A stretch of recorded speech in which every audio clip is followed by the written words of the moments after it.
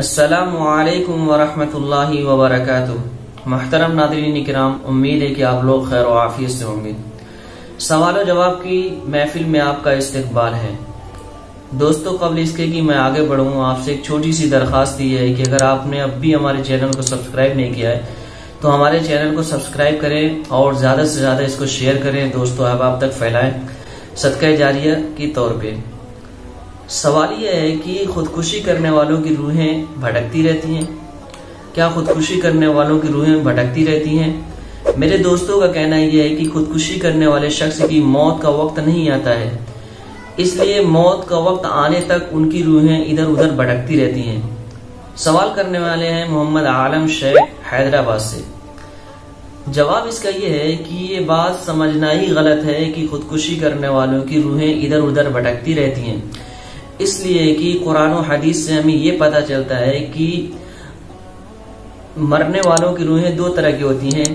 اچھے اور نیک لوگوں کی روحیں جو ہیں وہ مقام علین تک پہنچا دی جاتی ہیں، اور برے اور گنہگار قسم کے لوگوں کی روحیں یہ مقام سجین تک پہنچا دی جاتی ہیں۔ یہ دونوں جگہیں ہیں، ایک جنت کی جگہ ہے اور ایک جہنم کے اندر جگہ ہے۔ ان دونوں جگہوں پر ان کی روحیں پہنچا دی جاتی ہیں، نہ کہ ادھر ادھر بھٹکتی ہیں۔ قرآن و حدیث سے ہمیں کہیں نہیں پتہ چلتا کہ ان کی روحیں ادھر ادھر بھٹکتی ہیں۔ یہ لوگوں کا خود ساختہ عقیدہ ہے، اس سے بچنا چاہیے۔ دوسرا ان کا کہنا یہ ہے کہ میرے دوستوں کا کہنا ہے کہ ان کی خودکشی کرنے والوں کی روحیں، خودکشی کرنے والے کی موت کا وقت آتا نہیں ہے، اس لیے ان کے موت کے آنے تک ان کی روحیں بھٹکتی رہتی ہیں۔ تو بھائی یہ سمجھنا بھی غلط ہے کہ خودکشی کرنے والے شخص کی موت کا وقت آتا نہیں ہے اور موت کے آنے تک اس کی روحیں بھٹکتی رہتی، یہ سمجھنا بھی غلط ہے۔ ہر چیز کی موت کا اللہ رب العزت نے ایک وقت متعین کر دیا ہے، مقرر کر دیا ہے۔ لِكُلِّ أُمَّةٍ أَجَلٌ فَإِذَا جَاءَ أَجَلُهُمْ لَا يَسْتَأْخِرُونَ سَاعَةً وَلَا يَسْتَقْدِمُونَ۔ اسی طریقے سے اللہ رب العزت نے کہا ہے، یعنی ہر جاندار کے اور ہر ذی روح کے مرنے کا ایک وقت متعین کر دیا گیا۔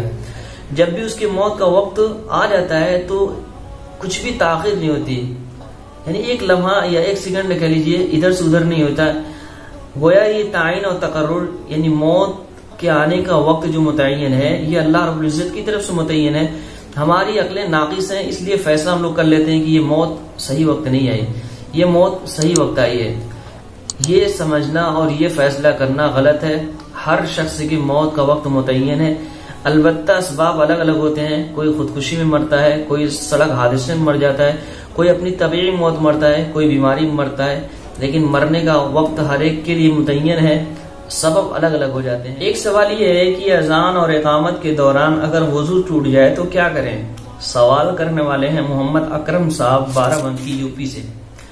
اس کا جواب یہ ہے کہ اگر دوران اذان و اقامت وضو وغیرہ ٹوٹ جائے تو مؤذن کے لیے بہتر یہ ہے کہ اذان اور اقامت کو جاری رکھے اور اذان و اقامت کہنے کے بعد پھر وضو بنائے۔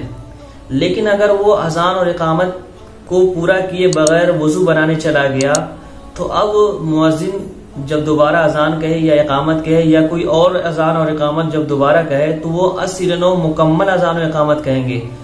یہ نہیں کہ جہاں سے مؤذن چھوڑ کے گیا تو وہاں سے اذان و اقامت کہیں گے، بلکہ یہ شروع سے مکمل اذان و اقامت کہیں گے۔ محیط برہانی کے اندر ہے الاولی ان یتم الاذان ان احدث فیہ واتم الاقامت ان احدث فیہا ثم یذهب ویتوضا۔ اللہ رب العزت ہمیں صحیح سمجھ عطا فرمائے۔ السلام علیکم ورحمۃ اللہ وبرکاتہ۔